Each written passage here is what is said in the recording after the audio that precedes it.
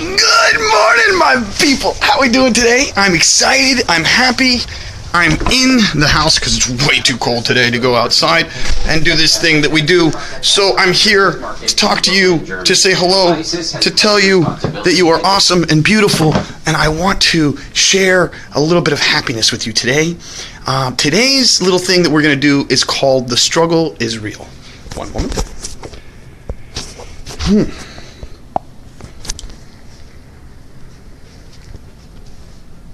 I'm taking it off. Taking off the hat. Alright, here we go. So, today's thing that we're talking about is called The Struggle is Real. It's real, man. It's real. Okay, so. Hi, good morning. Thank you for joining. Today, we're talking about the struggle.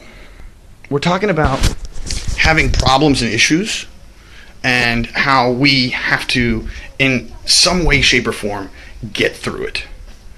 But more so than that, today I want to talk about how the struggle is the thing that makes us. So yesterday I posted this question and I asked out loud, I said, hey, does everybody else go through this thing on a daily basis where at the end of their day they look at all the things that are wrong, i.e. they look at their habits or they look at just like the problems, and I just wanted to know, does anybody else do that? And then I thought to myself, if you think about it, the struggle is the thing that makes us. The struggle is the thing that pushes us to keep going. If you look at it like this, the struggle, right? The struggle that we have just for making life in itself. Putting yourself passionately together with somebody else. The struggle of all the emotions and the thoughts that are happening in that moment. Then the 9 months of pregnancy. And then the moment of childbirth. Every single one of those things are struggle-based. And without that struggle, what do we have? If everything was easy, if everything was simple, then we wouldn't be happy. We'd be wanting something. We'd be urging ourselves to do something. And this is what I mean by the struggle. This is what I mean by looking at yourself at the end of the day and saying, hey, what can I do? Now, granted, you shouldn't hold on to everything, but you should look at yourself and say, I can do better. I am better than this. I know I can do better.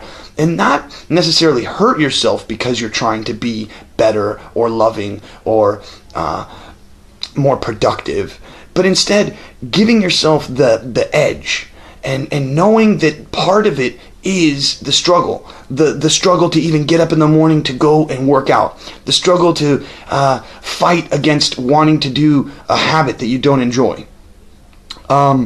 This is what it's about. This is what life is about. And so the struggle, it's what makes us. It's what makes us human. It's what gives us our togetherness. Because in the end, it's what everybody goes through. We all have to struggle. And so no matter where you are, no matter if you're rich, no matter if you're poor, it doesn't matter. The struggle is the thing that keeps us together. It's the thing that when something bad happens, it's when we come together. And the reason for that is because we inherently know what it is to hurt, what it is to feel pain. And so when we see somebody else in pain, we ourselves start to feel that pain. Because we empathize with other people. We see that the other people are having issues and problems, and we say to ourselves, man, I have those same issues and problems. I wish I could do something to help that person. And you either do, or you just let it go by the wayside, and it's just something there. My friend Greg Melman came in and says Ubuntu, which Ubuntu, from what I understand, is a programming code. Am I wrong? But anyways, please explain yourself, Greg. But nevertheless, the point here was that, yes, the struggle is real. Yes, we are having to deal with it on a daily basis.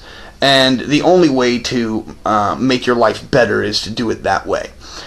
So, as I do every day, the thing that I like to try and give to you is this.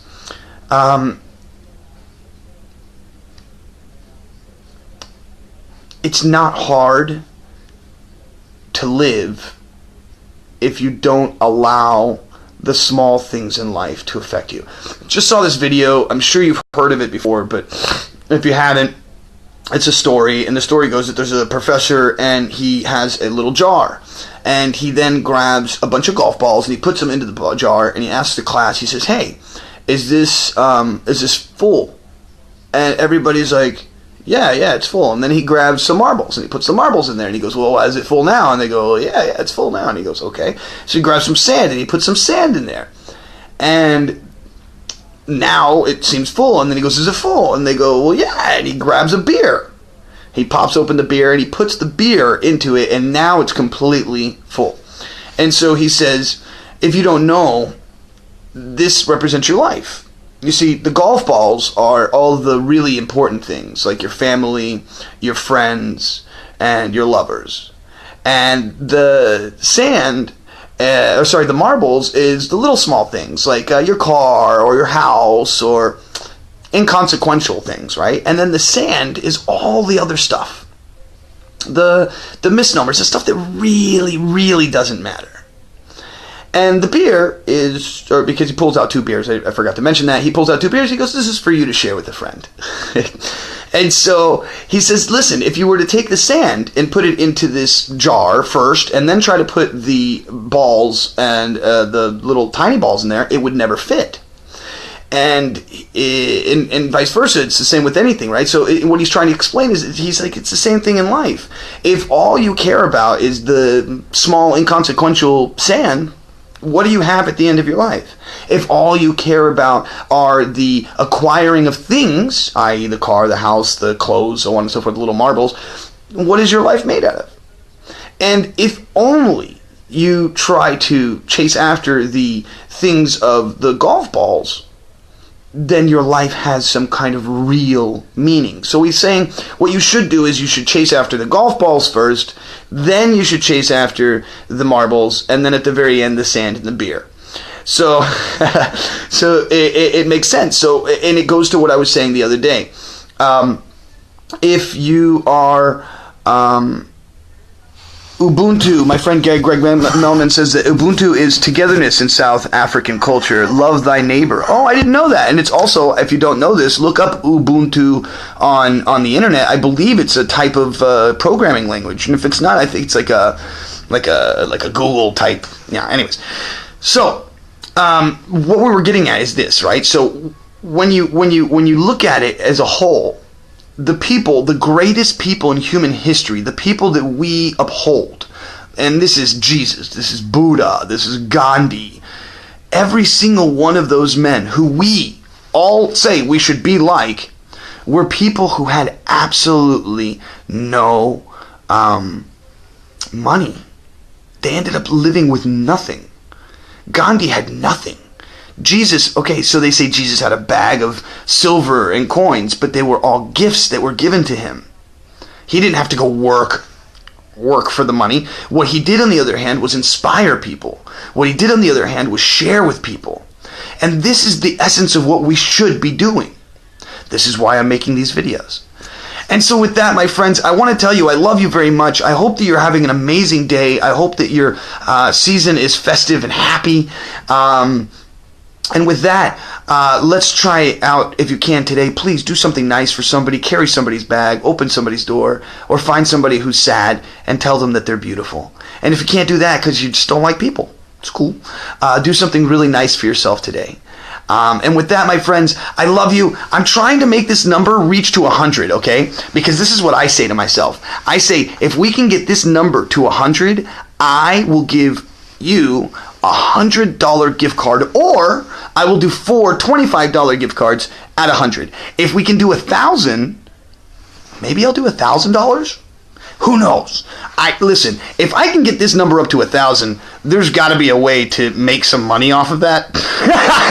So even if I were to say to everybody, hey, everybody who's watching, give $1 right now, and whoever, all the money that comes back, that person, we're going to give it away to one person on the show, that would be really cool. Think about how much we could all help each other by doing that. That would be really, really awesome. So let's try and do something like that. Let's make this number go up as high as we can and go all the way. Rosa, I love you. I'm in New Jersey on the 26th. I'll be in New York from 25th to the 31st. I want to say hello to you guys, okay? So 1,000, Joseph's like, yes, 1,000. Yeah, listen, man, if we can get 1,000 people, I will find a way to do something to where I get sponsored, and I will give away a whole bunch of stuff. Not even just including money. We'll try and give away product and stuff. All I have to do is get this number high enough, and then I'll get sponsored. As soon as I get sponsored, that's when you guys start getting stuff too. So once again, thank you very much for watching, sharing, liking, subscribing. Thank you very much for all of you guys who shared my video yesterday about wanting this number to get bigger. I think we got about 18 shares, about 300 views. Super cool. Thank you very much for that. And amazing comments. If you haven't seen it, I posted it down below. There's some really beautiful comments. I did some screen caps of some people who shared my video and the things that they said. I love you all. I hope you have an amazing day today. Christopher Ward, I love you, brother. I really do, man. Call me sometime. I would love to hear your voice.